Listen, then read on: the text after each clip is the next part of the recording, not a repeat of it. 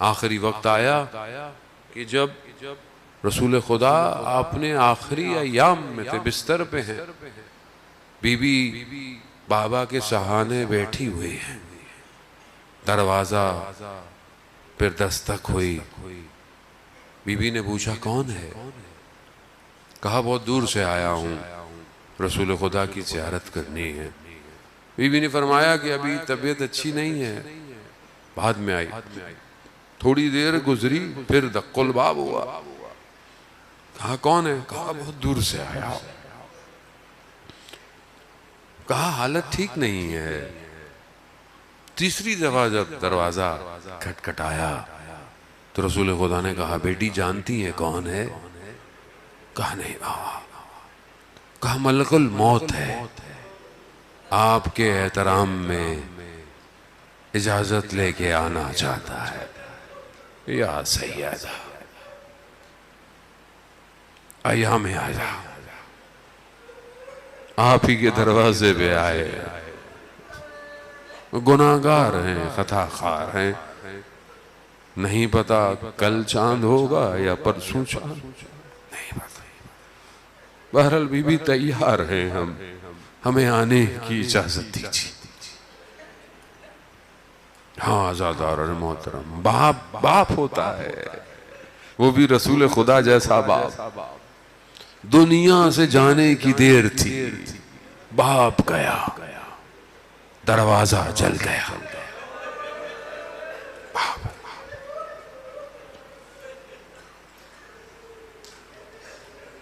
آئے مدینہ سے کوفہ چلے، ایک اور باب ہے، ضربت لگی، اٹھایا، لے کر جا رہے ہیں، گھر کے قریب پہنچے، امام نے کہا مجھے میرے پیروں پہ کھڑا کرو۔ باپ ہے نا، میری بیٹیاں مجھے ایسے دیکھیں گی،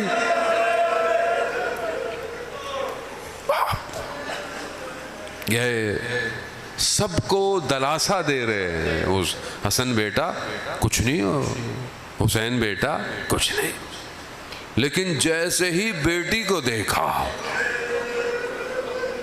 بی بی زینب نے جیسے بابا کے سر پہ وہ رومال دیکھا، وہ گریہ شروع کر دیا۔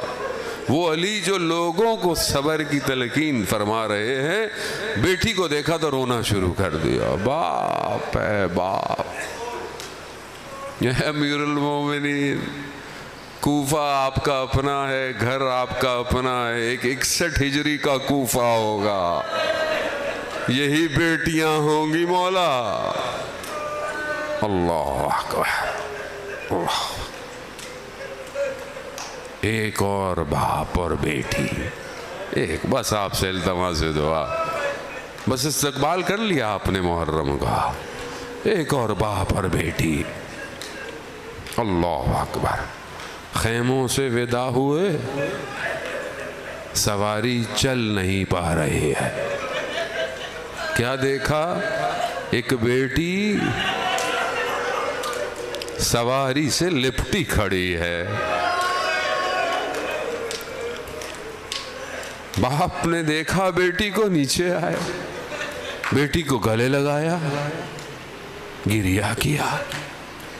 بیٹی صبح سے دیکھ رہی ہے کہ جو گیا ہے وہ واپس نہیں آیا، اب ایک باپ ہی رہ گیا ہے۔ بابا آپ، اللہ، نہ جانے امام نے بیٹی کو کیا کہا، بیٹی خاموش ہو گئی۔ عزادار، آسان نہیں تھا۔